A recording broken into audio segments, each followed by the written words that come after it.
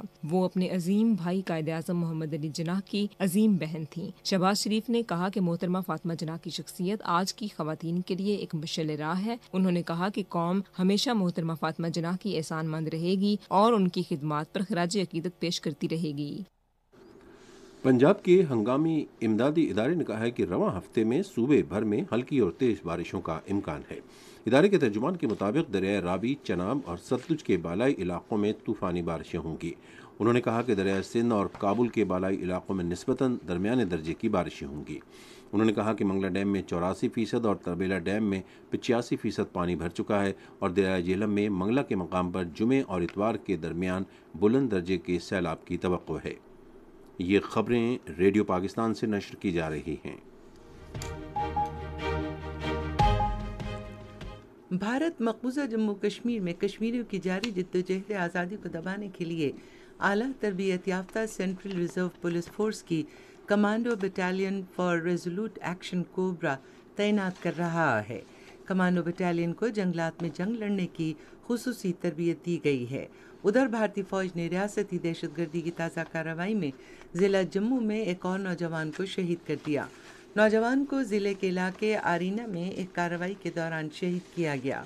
کل جماعتی حریت کانفرنس کے جنرل سیکرٹری مولوی بشیر احمد عرفانی نے سری نگر میں ایک بیان میں کہا کہ کشمیری بھارتی مظالم کو خاطر میں نہ لاتے ہوئے 5 اگست کو یوم سیاہ کے طور پر منائیں گے تاکہ بھارت کو یہ واضح پیغام دیا جا سکے کہ وہ اپنے وطن پر اس کے غیر قانونی قبضے کو مسترد کرتے ہیں۔ 5 اگست 2019 کو مودی حکومت نے جموں کشمیر کی خصوصی حیثیت کو غیر قانونی طور پر منسوخ کر کے مقبوضہ علاقے کا سخت فوجی محاصرہ کر لیا تھا۔ ادھر نیشنل کانفرنس کے نائب صدر عمر عبداللہ نے سری نگر میں ایک میڈیا انٹرویو میں دفعہ 370 اور مقبوضہ جموں کشمیر کی خصوصی حیثیت کی بحالی پر کوئی سمجھوتا نہ کرنے کا عزم ظاہر کیا ہے۔ انہوں نے کہا کہ چونکہ بی جے پی کو انتخابات میں کامیابی کا یقین نہیں ہے، اس لیے اس نے سیاسی برتری حاصل کرنے کے لیے کشمیری پنڈتوں اور مغربی پاکستان کے مہاجرین کے نام پر کشمیر کی قانون ساز اسمبلی میں نشستیں بڑھانے کا عمل شروع کیا ہے۔ غازی ملت اور آزاد جموں کشمیر کے بانی صدر سردار محمد ابراہیم کی آج 20ویں برسی منائی جا رہی ہے۔ اس حوالے سے مزید تفصیل ہمارے مظفر آباد کے نمائندے خواجہ ممتاز کی اس رپورٹ میں۔ آزاد جموں کشمیر کے بانی صدر غازی ملت سردار محمد ابراہیم خان مرحوم کی 20ویں برسی ان کے مزار کوٹ مت خان میں منائی گئی۔ صبح 9:45 پر پولیس کے چاقو چوبند دستے نے سلامی دی، جبکہ مرحوم کے مزار پر صدر آزاد کشمیر اور وزیر اعظم کی جانب سے کمشنر پونچھ ڈویژن چودھری محمد فرید نے پھولوں کی چادر چڑھائی۔ اس موقع پر پاکستان کے استحکام اور مقبوضہ کشمیر کی جلد آزادی کے لیے خصوصی دعائیں کی گئیں۔ برسی کی مناسبت سے مزار کے احاطہ میں ایک تقریب منعقد ہوئی، جس میں مقررین نے غازی ملت کے کارناموں پر تفصیل سے روشنی ڈالی اور ان کی قومی خدمات پر زبردست خراج عقیدت پیش کیا۔ غازی ملت سردار محمد ابراہیم خان کی برسی کے موقع پر آزاد کشمیر کے تمام ضلعی اور تحصیل ہیڈ کوارٹرز پر تقاریب کا انعقاد کر کے غازی ملت کی تحریک آزادی کشمیر اور آزاد خطہ کی تعمیر و ترقی کے لیے خدمات پر انہیں خراج عقیدت پیش کیا گیا۔ دارالحکومت مظفر آباد میں غازی ملت کی برسی کے موقع پر جموں کشمیر لبریشن کمیشن کے زیر اہتمام ایک تقریب منعقد کی گئی، جس میں سابق وزیر حکومت محترمہ نورین عارف اور دیگر مقررین نے خطاب کرتے ہوئے کہا کہ 19 جولائی 1947 کو غازی ملت کی رہائشگاہ پر قرارداد علاقے پاکستان کی منظوری سے کشمیریوں کے لیے راستہ اور منزل کا تعین ہوا۔ اسلامی تعاون تنظیم کے سیکریٹری جنرل حسین براہیم طاہا نے ڈنمارک کے حکام پر زور دیا ہے کہ وہ قرآن پاک اور اسلامی علامات کی بے حرمتی کے واقعات کی روک تھام کے لیے تمام ضروری اقدامات کریں۔ انہوں نے ڈنمارک کے وزیر خارجہ لارس راسموسن سے آج ٹیلی فون پر گفتگو کرتے ہوئے بار بار ایسے واقعات رونما ہونے پر گہری تشویش ظاہر کی۔ ڈنمارک کے وزیر خارجہ نے کہا کہ ان کے ملک کی حکومت نے قرآن پاک کی بے حرمتی کی مذمت کی ہے اور ایسے واقعات پر سخت ناپسندیدگی کا اظہار کیا ہے۔ انہوں نے کہا کہ حکومت ان معاملات کا گہری سنجیدگی سے جائزہ لے رہی ہے اور ڈنمارک اسلامی تعاون تنظیم کے رکن ممالک کے ساتھ تعاون اور دوستانہ تعلقات کو برقرار رکھنے کے لیے پرعزم ہے۔ روس نے نائجر کی تمام جماعتوں سے کہا ہے کہ وہ تحمل سے کام لیں تاکہ ملک میں انسانی جانوں کی ضیاع سے بچا جا سکے۔ کرملن کے ترجمان دمتری پیسکوف نے ایک بیان میں قانون کی حکمرانی فوری طور پر بحال کرنے کا مطالبہ کیا ہے۔ ادھر مغربی افریقی ملکوں کی 15 رکنی اکنامک کمیونٹی نے نائجر میں بغاوت میں ملوث فوجی رہنماؤں پر مالیاتی اور سفری پابندیاں عائد کرنے پر اتفاق کیا ہے۔ لبنان میں فلسطینی پناہ گزینوں کے کیمپ میں جاری لڑائی کے دوران آج کم از کم 9 افراد جاں بحق اور کئی زخمی ہو گئے۔ عین الواح کیمپ میں فلسطینی صدر محمود عباس کی فتح تحریک اور حریف اسلامی گروپوں میں جھڑپیں ہوئیں۔ سعودی عرب یوکرین بحران کے حل کے لیے رواں ہفتے جدہ میں ایک بین الاقوامی سربراہ اجلاس کی میزبانی کرے گا۔ 30 ملکوں کے رہنما اجلاس میں شریک ہوں گے۔ آپ سن رہے ہیں ریڈیو خبرنامہ۔ اب پیش ہیں کھیلوں کی خبریں تسکین ظفر سے۔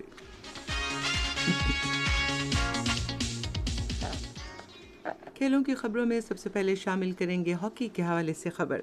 Pakistan hockey team Asian hockey champions trophy میں حصہ لینے کے لیے کل بھارت روانہ ہوگی۔ پاکستان ہاکی فیڈریشن کے مطابق پاکستانی ٹیم واگا بارڈر کے راستے ہمسایہ ملک روانہ ہوگی اور براستہ سڑک چنوئی پہنچے گی۔ چنوئی آئندہ ماہ کی 3 سے 12 تاریخ تک مقابلوں کی میزبانی کرے گی۔ پاکستانی ٹیم اپنا پہلا میچ جمعرات کو ملائیشیا جبکہ بھارت کے خلاف آئندہ ماہ کی 9 تاریخ کو کھیلے گا۔ P C B senior inter district cricket tournament میں آج پشاور میں باجوڑ سینئرز نے کوہاٹ سینئرز کو شکست دی۔ باجوڑ کی پوری ٹیم 280 رنز بنا کر آؤٹ ہو گئی۔ محمد ریاض نے بہترین کھیل کا مظاہرہ کرتے ہوئے 107 رنز بنائے اور آؤٹ نہیں ہوئے، جبکہ محمد اعزاز نے 48، فضل یوسف نے 35 اور سمیع اللہ نے 31 رنز بنائے۔ پاکستانی گھڑ سوار عثمان خان نے آئرلینڈ میں ہونے والے FEI 4 سٹار مقابلے میں کم سے کم اہلیت کی شرط پوری کر کے پیرس اولمپکس میں اپنی جگہ بنا لی ہے۔ عثمان اور ان کے گھوڑے نے یہ کامیابی پورے یورپ میں مختلف مقابلوں میں حصہ لینے کے بعد حاصل کی۔ انٹرنیشنل ٹینس فیڈریشن نے فیصلہ کیا ہے کہ جاپان، میکسیکو، پرتگال اور ترکیہ آئندہ سال ITF tennis masters tournament world championship کی میزبانی کریں گے۔ یہ ممالک 30 سے 85 سال سے زائد عمر کے افراد کی 2024 کی ورلڈ ٹیم چیمپئن شپ کے منتخب ایج گروپس اور 30 سے 90 سال سے زائد عمر کے افراد کی 2024 کی ورلڈ انڈیویجول چیمپئن شپ کے منتخب گروپس کی میزبانی کریں گی۔ فیفا ویمنز ورلڈ کپ 2023 کے آج 4 میچز کھیلے گئے۔ زیمبیا نے کوسٹا ریکا کو 3-1 جبکہ جاپان نے اسپین کو 4-0 سے ہرا دیا۔ کچھ کھیلوں کی خبریں ہم نے آپ تک پہنچائیں۔ چلتے ہیں نعیم زبیری کی جانب اور ان سے سنتے ہیں تجارت کی دنیا کا احوال۔ اسٹیٹ بینک کے وفد نے سیالکوٹ کے خواتین ایوان صنعت و تجارت کا دورہ کیا ہے۔ دورے کے دوران سیالکوٹ میں مالی امداد حاصل کرنے میں خواتین تاجروں کو درپیش مسائل اور رکاوٹوں سے متعلقہ امور زیر بحث آئے۔ اسٹیٹ بینک کے وفد نے خواتین تاجروں کو درپیش مسائل کے حل کی یقین دہانی کرائی۔ صنعت و پیداوار کے بارے میں وزیر اعظم کے معاون خصوصی تسنیم احمد قریشی نے کہا ہے کہ پاکستان کو بین الاقوامی مالیاتی فنڈ سے چھٹکارا پانے اور اپنے عوام کو زیادہ سے زیادہ سہولت دینے کے لیے اپنے قدرتی وسائل کو بروئے کار لانا ہوگا۔ فیصل آباد ایوان صنعت و تجارت میں تاجر برادری سے خطاب کرتے ہوئے انہوں نے کہا کہ حکومت کا اولین مقصد روزگار کمانے میں لوگوں کو سہولت دینا ہے۔ اسٹاک ایکسچینج کے حوالے سے بڑی خبر۔ پاکستان اسٹاک ایکسچینج میں آج تیزی کا رجحان دیکھا گیا۔ اسٹاک مارکیٹ 2 سال بعد 48,000 پوائنٹس کی نفسیاتی حد عبور کر گئی۔ KSE 100 انڈیکس 957 پوائنٹس کے اضافے کے بعد مارکیٹ کے اختتام پر 48,034 پوائنٹس پر بند ہوا۔ مجموعی تجارتی حجم 491 ملین سے زائد حصص ریکارڈ کیا گیا۔ آج مجموعی طور پر 358 کمپنیوں کے حصص کا لین دین ہوا۔ یونیلیور فوڈز کمپنی کے حصص کی قیمتوں میں سب سے زیادہ 1,050 روپے کا اضافہ، جبکہ سنوفی ایونٹس کے حصص کی قیمتوں میں 30 روپے 40 پیسے کی کمی ہوئی۔ نیشنل بینک کے اعلان کے مطابق روپے اور دیگر غیر ملکی کرنسیوں کے درمیان شرح تبادلہ یہ رہی۔ امریکی ڈالر قیمت خرید 286 روپے 14 پیسے اور قیمت فروخت 286 روپے 64 پیسے، پاؤنڈ اسٹرلنگ 367 روپے 78 پیسے، اور 368 روپے 43 پیسے، یورو 315 روپے 55 پیسے اور 316 روپے 15 پیسے، سعودی ریال 76 روپے 26 پیسے اور 76 روپے 41 پیسے، جاپانی ین قیمت خرید 1 روپے 98 پیسے اور قیمت فروخت 2 روپے 1 پیسے۔ آج کراچی میں 10 گرام سونے کی قیمت 1,90,501 روپے رہی۔ کراچی پورٹ ٹرسٹ پر گزشتہ 24 گھنٹے کے دوران 1,66,641 میٹرک ٹن سامان کی نقل و حمل ہوئی۔ یہ تھیں کچھ اہم تجارتی خبریں۔ تجارتی خبروں کے بعد اب پیش ہیں کچھ خبریں فن کی دنیا سے متعلق۔ ممتاز ڈرامہ نویس اور افسانہ نگار مرزا ادیب کی 24ویں برسی آج منائی گئی۔ ان کے حالات زندگی کے بارے میں ریڈیو پاکستان کے نمائندے سجاد پرویز کی یہ رپورٹ سنیے۔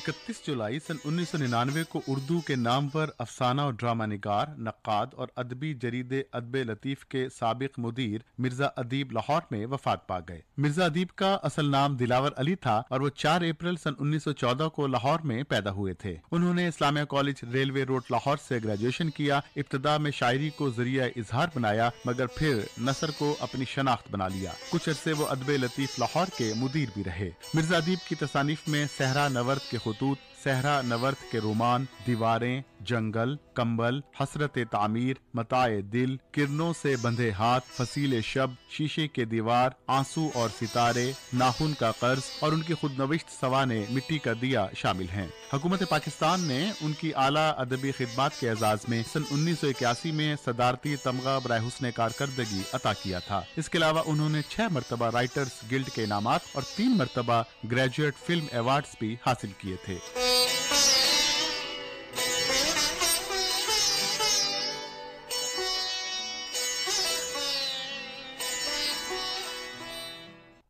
نیشنل انسٹیٹیوٹ آف مینجمنٹ میں زیر تربیت 33 افسران کے وفد نے آج الحمرا آرٹس کونسل اور اکیڈمی کا دورہ کیا۔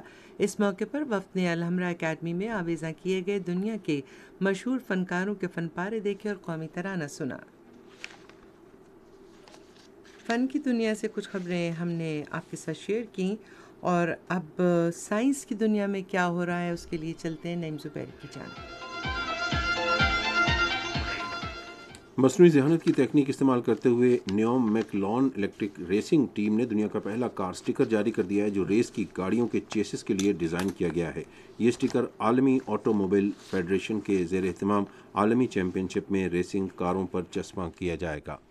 انفارمیشن ٹیکنالوجی اور ٹیلی مواصلات کے وزیر سید امین الحق نے باضابطہ طور پر آج ناظم آباد میں Rashid Minhas government boys and girls school میں جدید ڈیجیٹل آئی ٹی لیبارٹری کا افتتاح کیا۔ اس موقع پر خطاب کرتے ہوئے وفاقی وزیر نے کہا کہ اس لیبارٹری میں آئی ٹی کے مختلف 15 جدید شعبوں میں طلباء کو تربیت فراہم کی جائے گی۔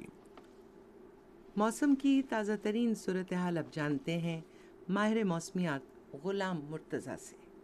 گزشتہ 24 گھنٹوں کے دوران ملک کے بیشتر علاقوں میں موسم گرم اور خشک رہا، تاہم بعض علاقوں میں بارش ہوئی۔ سب سے زیادہ بارش پنجاب میں جوہر آباد میں 52 ملی میٹر، مری میں 9 ملی میٹر، خیبر پختونخوا کاکول میں 17 ملی میٹر، دیر میں 5، باچا خان ایئرپورٹ پہ 4، کلام پہ 3، پشاور شہر میں 2، دروش میں 1، بلوچستان زوب میں 4، کشمیر میں گڑھی ٹپٹا میں 3 ملی میٹر بارش ریکارڈ کی گئی۔ آج ریکارڈ کیے گئے زیادہ سے زیادہ درجہ حرارت میں نکونڈی اور دلبندری میں 43 ڈگری سینٹی گریڈ، جبکہ سبی میں 42 ڈگری سینٹی گریڈ اور نورپور تھل میں 41 ڈگری سینٹی گریڈ ریکارڈ کیا گیا۔ دوسرے شہروں کے زیادہ سے زیادہ درجہ حرارت میں اسلام آباد 36، مری 23، لاہور 36، کراچی 32، پشاور 37، کوئٹہ 36، مظفر آباد 38، گلگت 36، اسکردو 29، سری نگر 30، جموں 35، لیہ 26، پلوامہ 30، اننت ناگ 28 اور شوپیاں میں زیادہ سے زیادہ 28 ڈگری سینٹی گریڈ ریکارڈ کیا گیا۔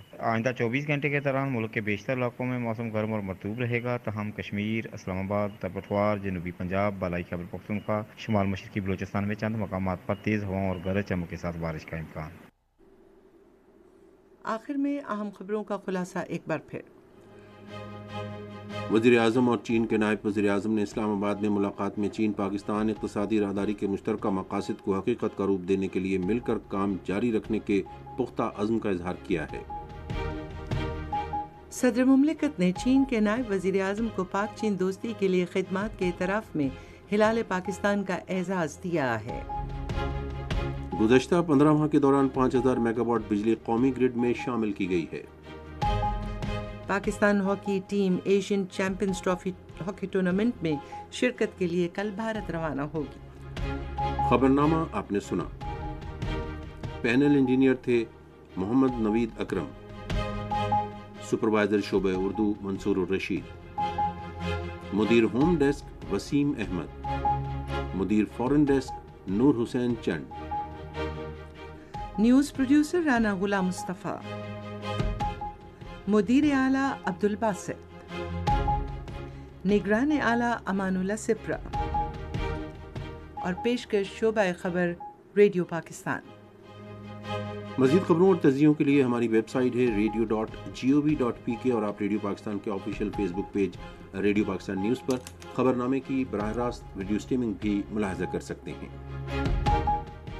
اس کے ساتھ ہی نعیم زبیری اور تسکین ظفر کو اپنی پوری نیوز ٹیم کے ساتھ آج کا خبرنامہ ختم کرنے کی اجازت دیجیے۔